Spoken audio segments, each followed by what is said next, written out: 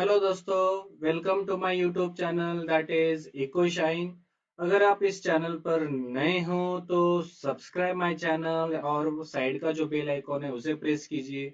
इसकी वजह से जितने भी वीडियोस फ्यूचर में अपलोड होंगे इसकी इंफॉर्मेशन आपको मिल जाएगी। तो आज की वीडियो में हम क्या देखने वाले हैं? Scope of macro economics. Scope of macro economics में first theory that is theory of income and employment. Theory of income and employment.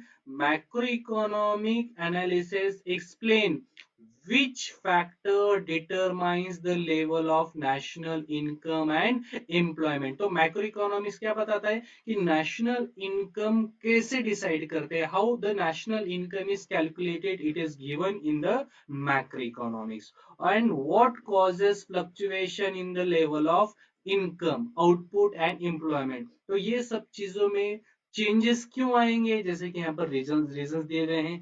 Factors of production की वजह से, टेक्नोलॉजी की वजह से, गवर्नमेंट पॉलिसीज की वजह से, पॉलिटिकल स्टेबिलिटी अगर देश में है, फॉरेन इन्वेस्टमेंट की वजह से देश के नेशनल इनकम, आउटपुट, एम्प्लॉयमेंट, इन सभी में चेंजेस आएगा। To understand how the level of employment is determined, we have to study the consumption function and investment function.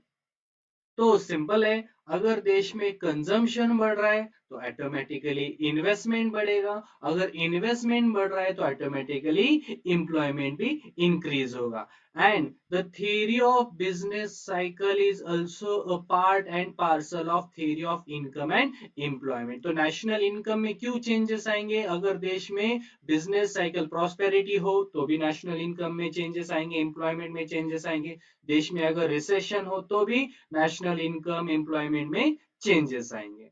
Then second theory of macro economics that is theory of general price level and inflation. तो general price level मतलब क्या होता है? The general price level is the average of all prices of goods and services, उसे हम general price कहेंगे। देश में जितने भी गुड्स एंड सर्विसेज प्रोड्यूस होते हैं उनकी जनवरी में अलग प्राइस होती है और दिसंबर में अलग प्राइस होती है। तो अगर जनवरी के प्राइस लेकर हम नेशनल इनकम कैलकुलेट करेंगे तो भी गलत होगा, और दिसंबर के प्राइस अगर लेंगे तो भी नेशनल इनकम गलत होगा। तो इन सभी की एवरेज प्राइस निकाली जाती है, उस एवरेज प्राइस को हम क्या कहेंगे? General price level. Macroeconomic analysis show how the general price level is determined. तो मैक्रोइकोनॉमिक की थ्योरी की वजह से हम जनरल प्राइस लेवल इजीली काट सकते हैं। Further explains what causes fluctuation in it. तो नेशनल जो जनरल प्राइस लेवल है उसमें चेंजेस किस वजह से होते हैं?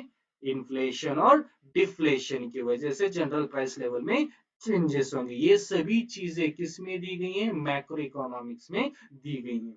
तीसरी थ्योरी है theory of growth and development. Theory of growth and development.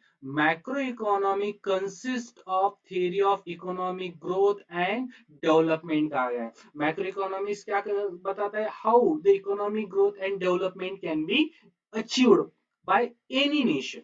It explain the causes of under development and poverty.